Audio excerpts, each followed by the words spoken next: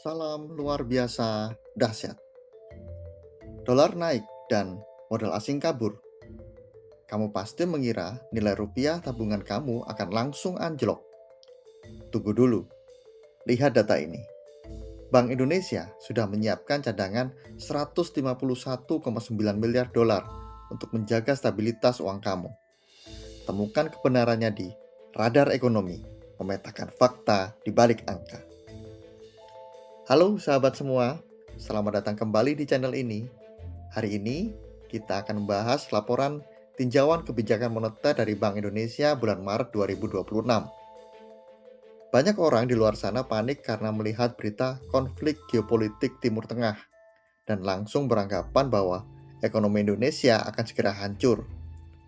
Namun, data dari materi yang akan saya bahas hari ini justru menunjukkan fakta yang sebaliknya. Ya, memang ada volatilitas dan ketidakpastian global yang tajam akibat perang. Dan memang ada aliran modal asing yang keluar dari negara berkembang. Tetapi, data faktual menunjukkan bahwa struktur ekonomi domestik kita tetap sangat kokoh dengan pertumbuhan produk domestik bruto mencapai 5,11%. Inflasi sangat terkendali di 4,76% dan sistem perbankan yang memiliki tingkat kecukupan modal yang tinggi. Bank Indonesia juga tidak tinggal diam saja. Mereka merespon secara produktif dengan intervensi moneter menggunakan cadangan devisa sebesar 151,9 miliar dolar Amerika Serikat dan memberikan insentif likuiditas hingga 427,1 triliun rupiah untuk memastikan ekonomi di sektor real tetap berjalan. Jadi, jika kamu ingin tahu bagaimana sebenarnya uang kamu dan ekonomi kita dijaga saat ini, tonton video ini sampai dengan habis. Mari kita mulai pembahasannya. Judul dari pembahasan kita hari ini adalah Tinjauan Kebijakan Moneter Menjaga Ketahanan di Tengah Ketidakpastian Global.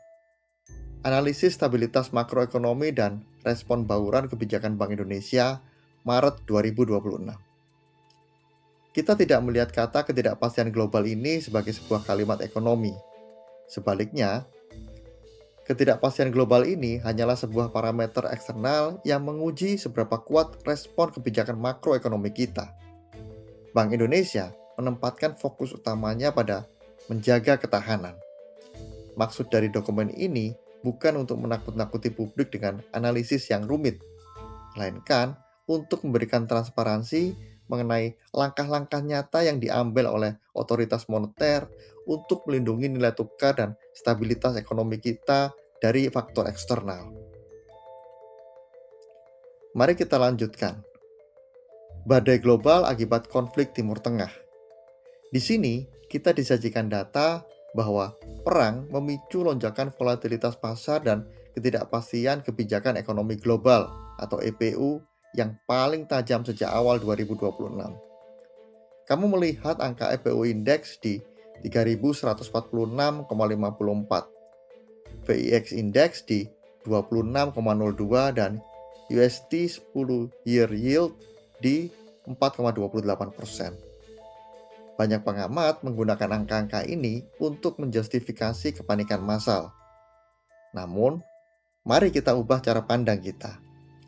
Masalah sebenarnya di sini bukanlah seberapa tinggi angka indeks ketakutan atau VIX tersebut, melainkan bagaimana data ini menginformasikan bahwa gejolak yang terjadi saat ini bersumber dari luar negeri, bukan dari kerusakan sistem ekonomi di dalam negeri. Kenaikan yield obligasi Amerika Serikat ke 4,28% secara otomatis membuat investor global menarik uangnya ke Amerika karena dianggap lebih aman secara jangka pendek. Ini adalah reaksi mekanisme pasar, bukan vonis bahwa ekonomi negara berkembang itu buruk. Jika kamu memahami maksud dari reaksi pasar ini, kamu tidak akan mudah terpancing emosi oleh berita utama di media massa. Mari kita melihat tekanan terhadap arus modal dan nilai tukar. Grafik di sini memperlihatkan menguatnya dolar Amerika Serikat dan memburuknya persepsi risiko yang memicu gelombang aliran keluar modal asing dari negara berkembang atau emerging market. Pada grafik tersebut, tampak Indonesia mengalami kontraksi aliran modal portofolio bersama dengan Tiongkok, India, Thailand, dan Malaysia. Kalau kita hanya melihat fakta bahwa modal asing keluar, kita mungkin langsung berpikir ekonomi kita gagal. Pertanyaannya adalah, apakah modal asing keluar karena fundamental bisnis di Indonesia bangkrut? Tidak. Arus modal ini keluar dari seluruh kawasan Asia secara bersamaan, mulai dari Tiongkok hingga Malaysia. Ini adalah efek sistemik dari menguatnya dolar Amerika Serikat, bukan akibat kesalahan tata kelola di perusahaan Indonesia. Uang asing yang keluar ini adalah uang portofolio saham dan obligasi jangka pendek yang memang sifatnya sangat sensitif terhadap sentimen saat ini. Di sini, realita domestik kita berbicara. PDB domestik tetap kokoh. Data menunjukkan PDB kuartal 4 2025 tumbuh sebesar 5,11%. Mengapa ini bisa terjadi di tengah tekanan global? Karena momentum pertumbuhan ekonomi Indonesia didorong oleh ketahanan daya beli masyarakat yang bertindak sebagai jangkar utama. Konsumsi rumah tangga kita mencatat angka pertumbuhan 4,98%.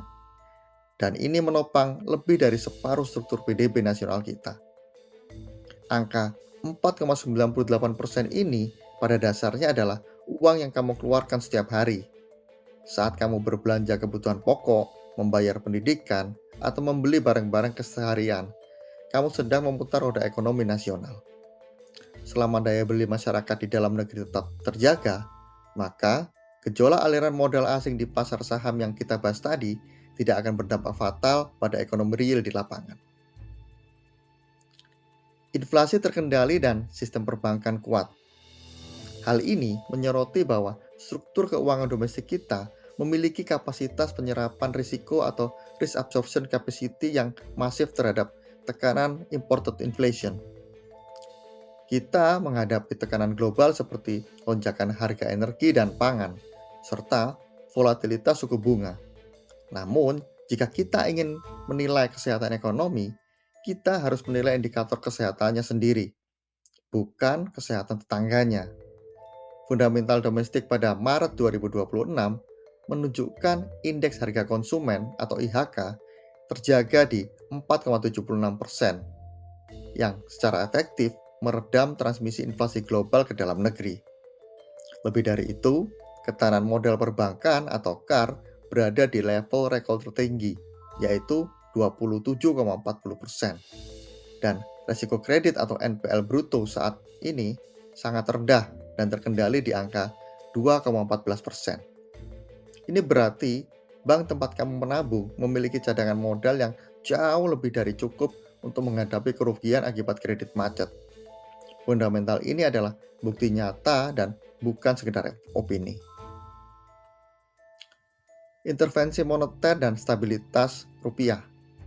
Menghadapi tekanan dolar Amerika Serikat dan aliran modal keluar, Bank Indonesia tidak membiarkan pasar bergerak liar. Mereka mengoptimalkan intervensi pasar berlapis atau triple intervention. Apa yang membuat intervensi dan ini menjadi kredibel? Cadangan devisa kita yang sangat masif, yaitu 151,9 miliar US dollar.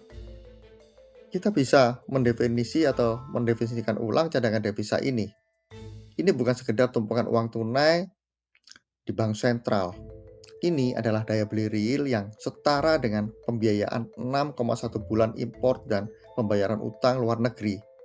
Angka ini jauh di atas standar kecukupan internasional. Konsekuensi dari kebijakan triple intervention ini sangat jelas. Stabilitas nilai tukar rupiah tetap terjaga. Dengan menjaga nilai tukar rupiah, Bank Indonesia memastikan bahwa barang-barang yang harus kita impor tidak tiba-tiba menjadi sangat mahal pada akhirnya dan merugikan konsumen yang langsung terasa di tingkat paling bawah. Kita melihat sisi proaktif dari kebijakan pemerintah, yaitu mendorong kredit melalui insentif makroprudensial atau KLM. Melengkapi pertahanan moneter tadi, Bank Indonesia menempuh langkah agresif melonggarkan likuiditas perbankan untuk memacu pembiayaan ke sektor real. Jumlahnya tidak main-main, mencapai 427,1 triliun pada Maret 2026. Banyak orang berasumsi bahwa saat keadaan global tidak pasti, bank sentral pasti akan menahan peredaran uang. Dalam jangka panjang, ekonomi tidak bisa hanya bertahan, ia harus tumbuh. Dampak terukur dari suntikan likuiditas sebesar 427,1 triliun ini secara langsung menjadi katalis yang mempercepat pertumbuhan kredit perbankan. Kapasitas pembiayaan di sektor-sektor prioritas meningkat pesat tanpa mengorbankan stabilitas sistem keuangan secara keseluruhan. Uang ini mengalir ke pengusaha dan perusahaan untuk membiayai operasional dan ekspansi mereka, yang pada akhirnya menciptakan lapangan pekerjaan. Kita sampai pada bagian akhir. Ketahanan terjaga, pertumbuhan berlanjut. Di sini menegaskan 3 pilar kesimpulan stabilitas makroekonomi Indonesia. Pertama, resiko eksternal memang meningkat karena konflik geopolitik dan pergeseran aliran modal keluar dari emerging market. Kedua, fundamental domestik sangat solid dengan PDB stabil di 5,11%, yang bertumpu pada konsumsi rumah tangga yang kuat dan sektor perbankan dengan rasio kecukupan modal 27,40% yang kebal terhadap guncangan luar. Dan ketiga, bauran kebijakan proaktif di mana sinergi antara intervensi moneter yang didukung devisa 151,9 miliar US dollar digabungkan dengan pelonggaran makroprudensial melalui injeksi 427,1 triliun rupiah. Itu terbukti efektif memitigasi resiko eksternal tersebut sekaligus menjaga momen pertumbuhan di dalam negeri. Saat kamu mengetahui bahwa resikonya telah terukur dan langkah mitigasinya sedang berjalan secara efektif, kamu bisa tetap tenang mengelola keuangan pribadi dan bisnis kamu tanpa harus terpengaruh kepanikan yang tidak berdasar. Demikian penjabaran kronologis tentang laporan tinjauan kebijakan moneter Bank Indonesia bulan Maret 2026. Angka-angka ini membuktikan bahwa ekonomi kita beroperasi dengan sistem keamanan dan penyeimbang yang teruji. Jika kamu menemukan analisa dan penjelasan ini bermanfaat dan memperluas perspektif finansial kamu, pastikan kamu menekan tombol like pada video ini. Share video ini ke teman-teman, rekan kerja, dan grup keluarga kamu agar lebih banyak orang bisa memahami kondisi ekonomi kita dengan fakta, bukan dengan rasa takut. Ingat, subscribe channel ini agar kamu selalu mendapatkan analisis ekonomi yang paling tajam dan terapan psikologis yang memberdayakan. Saya juga ingin mendengar pendapat kamu. Silakan tulis di kolom komentar sektor bisnis apa yang sedang kamu jalankan saat ini dan bagaimana kamu melihat daya beli konsumen di sekitar kamu. Sahabat semua, kekuatan sejati sebuah sistem tidak diukur dari seberapa damai lingkungan di sekitarnya, melainkan dari seberapa terkalibrasi responnya saat tekanan itu datang. Terima kasih sudah menonton dan sampai jumpa di video berikutnya.